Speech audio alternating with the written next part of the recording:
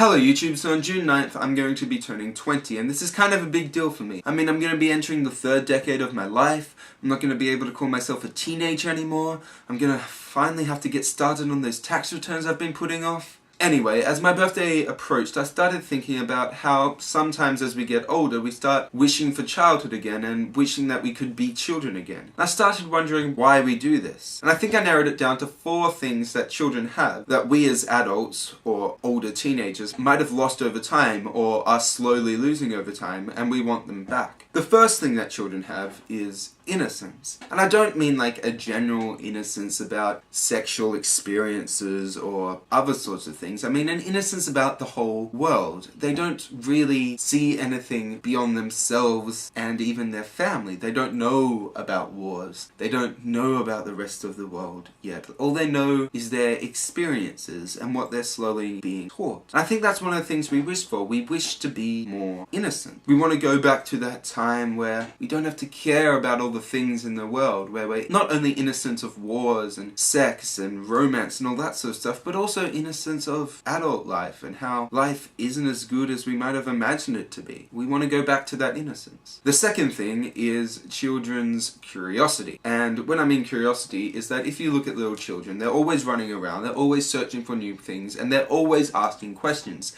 They're curious about the world and they want to know more about life, and they want to know more about how the world is the way it is. They want to know about their parents. They want to know where babies come from. They have all these questions, and it's this innate curiosity that I think we might start to lose as we get into steady jobs, as we finish university, as we finish school. We feel we know stuff, and we slowly lose that curiosity. And we want to go back. We want to get that curiosity that little kids have again. The third thing, I think, is playfulness. If you look at kids, they always want to play. And if you're a parent or if you have a significantly younger sibling, I think you will know this. They always want to do stuff. They want to go outside or they want to kick a ball around. They have this innate playfulness and excitement. And I feel that we lose that as we grow older. We might not be as playful as we once were, and we want to be playful again. We just want to be spontaneous. We want to play for the sake of playing. We don't want to have a reason to do everything.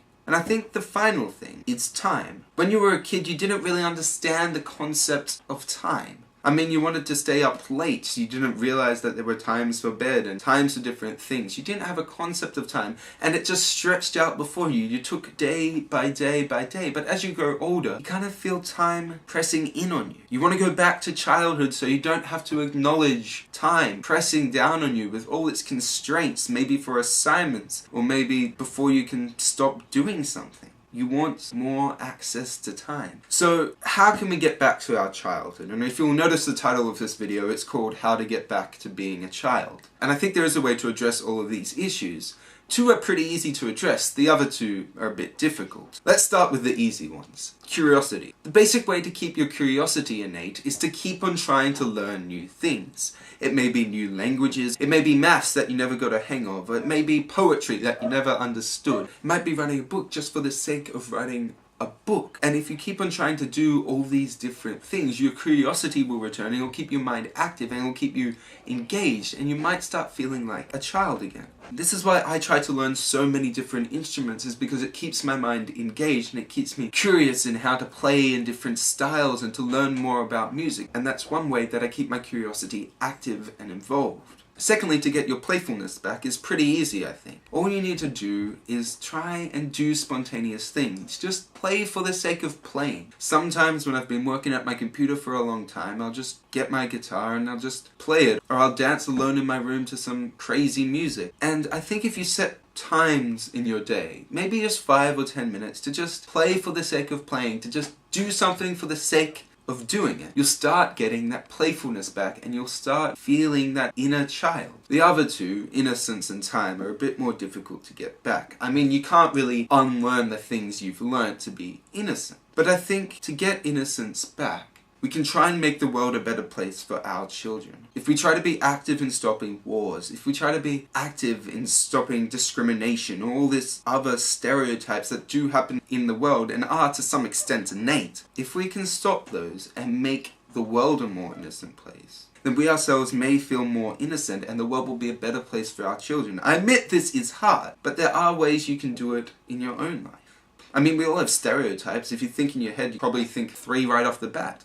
If you try to break down your own stereotypes, if you try to break down the way you might discriminate against other people or people on the internet or anything, if you start breaking those down in your own life and start examining why they're there, then you may gain that innocence back. And finally, time.